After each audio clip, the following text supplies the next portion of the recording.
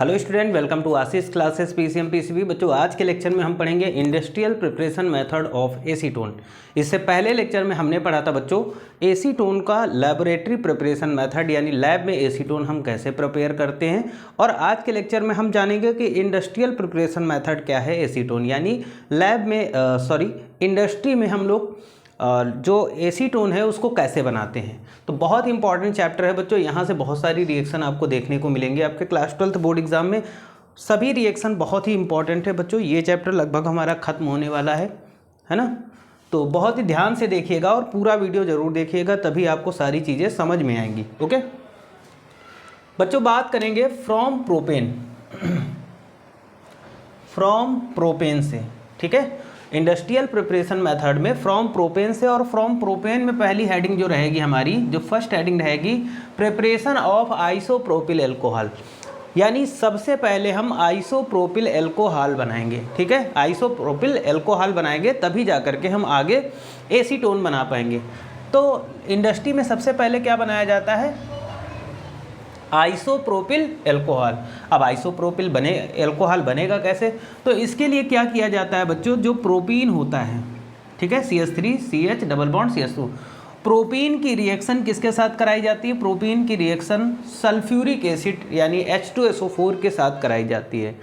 तो जब sulphuric acid propene के साथ रिएक्शन करता है बच्चों, तो यहाँ से एक हाइड्रोजन आ करके यहाँ पर इससे जुड़ता है और बचता क्या है? HSO4। तो यहाँ पर ये जो एक हाइड्रोजन जुड़ेगा वो इसके साथ आ जाएगा और यहाँ से एक बॉन्ड ये हट जाएगा।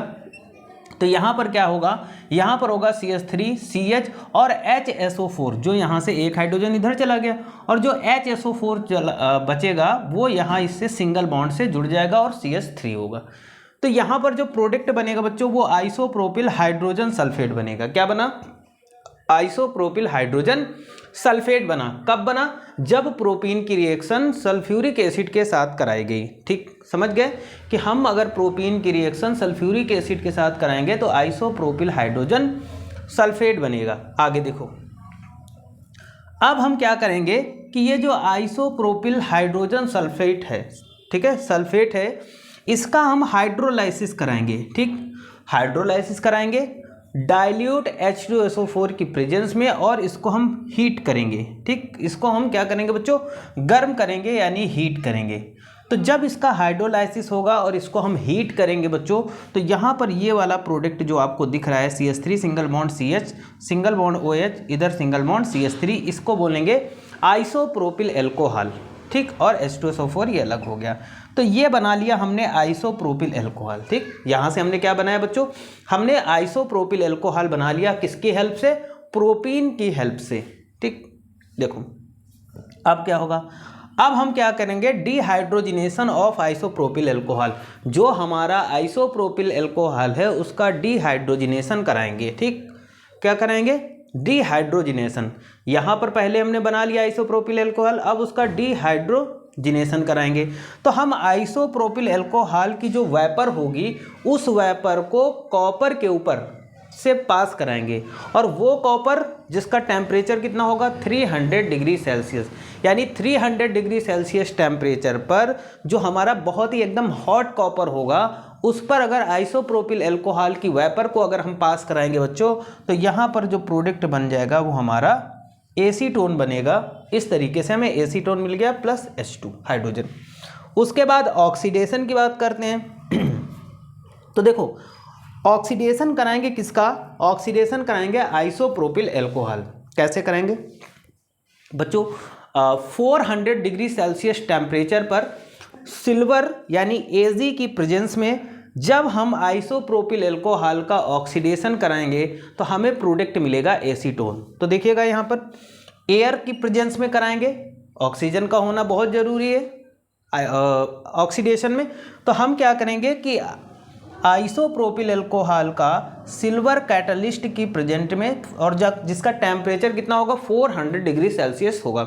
तो 400 डिग्री सेल्सियस टेम्परेचर पर जब आइसोप्रोपिल एल्कोहल का ऑक्सीडेशन होगा तो बच्चों यहाँ से हमें एसीटोन मिलेगा। क्या मिल जाएगा? एसीटोन मिल जाएगा। तो ये इंडस्ट्रियल प्रिपरेशन मेथड है, बहुत इंपॉर्टेंट रिएक्शन है बच्चों। ठीक, पॉइंट नंबर बी की बात करेंगे, from acetic acid. Acetic acid से हम कैसे बनाएंगे एसीटोन। तो देखो बच्चों, इसमें क्या करते हैं कि एसिटिक एसिड की वेपर को, ठीक, क्या करते हैं बच्चों, इसमें भी एसिटिक एसिड की वेपर को हम क्या करते हैं, Al2O3 की प्रेजेंस में, और टेम्परेचर होगा हमारा 300 to 400 डिग्री सेल्सियस। तो जब हम इसकी वेपर्स को Al2O3 के ऊपर से पास कराएंगे तो यहाँ पर जो प्रोडक्ट बनेगा वो हमारा एसीटोन बनेगा, H2O और कार्बन डाइऑक्साइड अलग होगा, ठीक है। तो इस मेथड से भी हम एसीटोन बना सकते हैं। नेक्स्ट पॉइंट आ जाता है from ethyl alcohol. Ethyl alcohol से कैसे, तो बच्चों एथिल एल्कोहल की बात करते हैं तो एथिल एल्कोहल, ठीक है,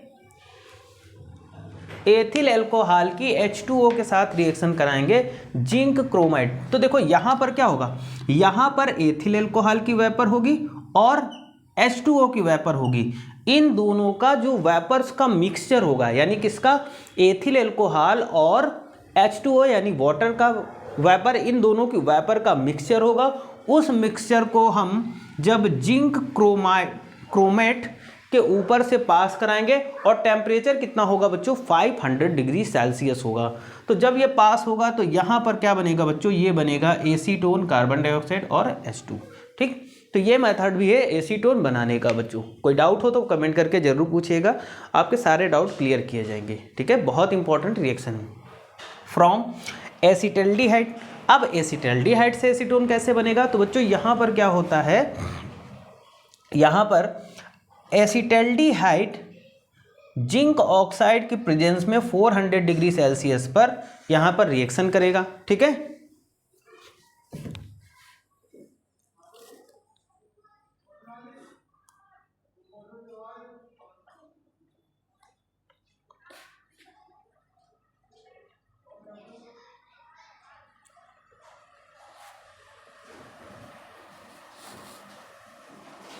ठीक है, तो देखो यहाँ पर क्या होगा, तो यहाँ पर देखो एसिटिलीन और H2O का वेपर, ये दोनों का वेपर होगा और इन दोनों के वेपर का जो मिक्सचर होगा बच्चों, उसको हम क्या करेंगे, जिंक ऑक्साइड के ऊपर से पास कराएंगे और टेम्परेचर कितना होगा, 400 डिग्री सेल्सियस। तो इस टेम्परेचर पर यहाँ पर क्या बनेगा, एसीटोन, H2 और कार्बन डाइऑक्साइड, ठीक है। उसके बाद बच्चों इंपॉर्टेंट रिएक्शन है हमारी by oxidation of cumene. Cumene के ऑक्सीडेशन से हम क्या बनाएंगे, यहाँ पर एसीटोन बनाएंगे। कैसे, इसमें होता क्या बच्चों, देखो इसमें क्या होता है, सबसे पहले हम क्यूमीन बनाएंगे। तो क्यूमीन बनाने के लिए हमें क्या चाहिए, बेंजीन चाहिए।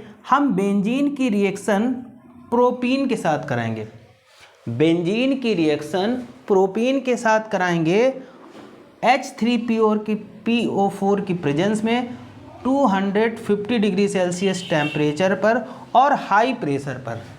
समझ में आए, हाई प्रेशर पर। तो जब ये रिएक्शन करेगा तो यहाँ पर जो प्रोडक्ट बनेगा बच्चा, वो बनेगा क्यूमीन। अब हमने देखो सबसे पहले क्या बना लिया, क्यूमीन बना लिया। क्या बनाया, क्यूमीन बना लिया।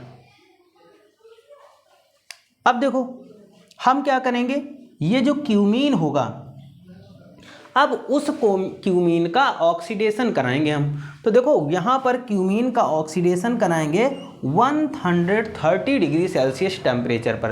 क्यूमीन का ऑक्सीडेशन कराएंगे 130 डिग्री सेल्सियस टेम्परेचर पर एयर की प्रेजेंस में।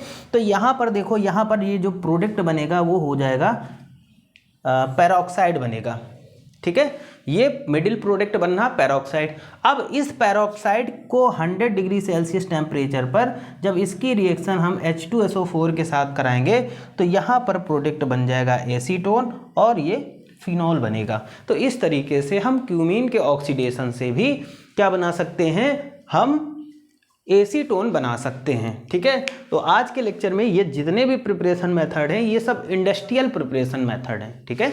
आई थिंक आपको समझ में आया होगा। बहुत इंपॉर्टेंट, देखो टॉपिक बहुत इंपॉर्टेंट है, इसको हल्के में मत लीजिए। यहाँ से रिएक्शन आपकी पूछी जाती है क्लास 12th में, ठीक है। तो बहुत इंपॉर्टेंट टॉपिक है। आज के लिए इतना ही रखते हैं। Thank you for this class.